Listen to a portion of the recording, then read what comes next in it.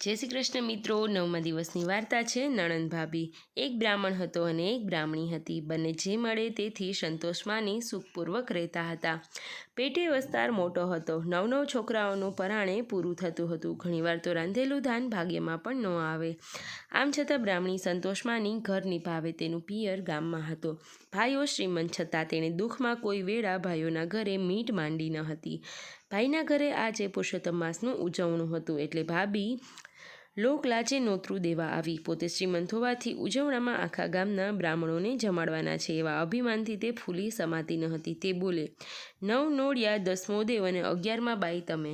જ્યારે હું બોલાવું ત્યારે મારા ઘરે જમવા આવજો। આજે પુરુષોત્તમ માસનું ઉજવણું છે। ભલે ભાભી, જરૂર આવીશું। નણંદે પોતાની ભાભીનું નોતરું ભાવપૂર્વક સ્વીકાર્યું। નોતરું દઈ ભાભી હાથણની જેમ ધીમા ડગલા ભરતી ભરતી ચાલતી ગઈ।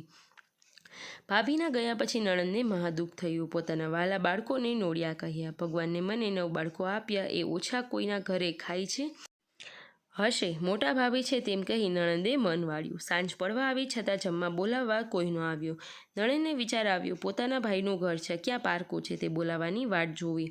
એ તો પોતાના પતિ અને બાળકો સાથે ભાઈના ઘરે જમવા ગઈ।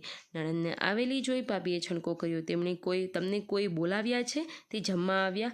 આવ્યા તો આવ્યા, પણ આટલા બધા વહેલા? જમવાનું આટલું વહેલો હડકવા શો? દેખતા નથી હજી તો બ્રાહ્મણ જમે છે? જાઓ, પાછા જાઓ, મોડેથી તેડાવીએ ત્યારે આવજો। નણંદનું મોં વિલાઈ ગયું। પોતાના લીધે પોતાના પતિનું હળહળતું અપમાન થયું અને બાળકો પણ બ્રાહ્મણોને જમતા જોઈ ટળવળિયા મારતા હતા। ધરતી માર્ગ આપે તો તે સમાઈ જાય તેવું થઈ આવ્યું। નણંદ તેના પતિ અને બાળકો સાથે પોતાના ઘરે આવી। પતિ પત્ની બાળકો નિરાશ થઈને બેઠા હતા। મધરાત થવા આવી। નણંદને વિચાર આવ્યો, આ તો ભગવાન પુરુષોત્તમ રાયનું ઉજવણું હતું। જમવાનું તો ઠીક, પણ હેઠવાળ મળ્યો હોત તો પણ પ્રસાદ લઈને પાવન થાત। એ ઉઠી અને સીધી ઉકળે ગઈ। બ્રાહ્મણોના જમેલા હેઠા પાતરના સાડલે બાંધી લાવી અને એમાંથી ચોટલો હેઠવાળ ભેગો થયો તે બાળકોને જમાડવા અને ભગવાનનો પ્રસાદ માની ધણી ધણિયાણીએ બંને ભાવપૂર્વક જમ્યા। મોડું થઈ ગયું હતું એટલે પતરાળા તેમના ઘરમાં પણ રહેવા દીધા અને નણંદને ભગવાનનું રટણ કરી સૂઈ ગઈ। નણંદ વહેલી સવારે ગુપચુપ ઉઠી અને પતરાળા ઉપરવા ગઈ તો આ શું! બધા પતરાળા સોનાના અને અનાજના દાણા મોતીના।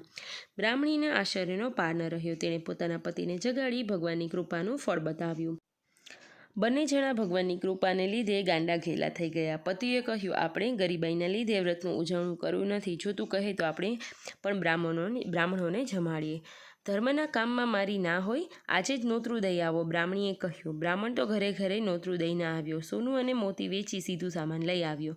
5 પકવાનની રસોઈ થવા લાગી। ગામમાં વાત ફેલાણી કે બાપડા રંગ બ્રાહ્મણને ભગવાન ફળ્યા। રાતમાં જ તેનું ભાગ્ય ફરી ગયું। હેઠા પતરાળા સોનાના થઈ ગયા, હેઠવાળના દાણા મોતીના થઈ ગયા।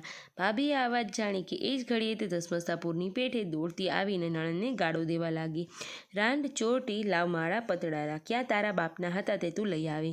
નણંદે નમ્રતાથી કહ્યું, ભાભી ધીરા પડો, આ પડ્યા વધેલા પતરાળા તમે સુખીથી લઈ જાઓ। ભાભી તો સોનાના પતરાળા અને મોતીના દાણા જોઈને રાજી થઈ ગઈ અને માથે ઉપાડી ઘરે આવી। ઘરમાં જઈ ઉતાર્યા તો વાસી હેઠવાળના પતરાળા ગંધાવા લાગ્યા।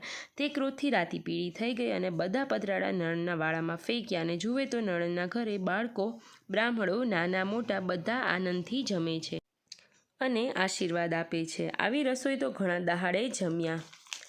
ભગવાન પુરુષોત્તમ રાય તમારું કલ્યાણ કરશે। જેવા પુરુષોત્તમ રાય નણંદને ફળ્યા તેવા સૌને ફળજો। જય શ્રી કૃષ્ણ મિત્રો।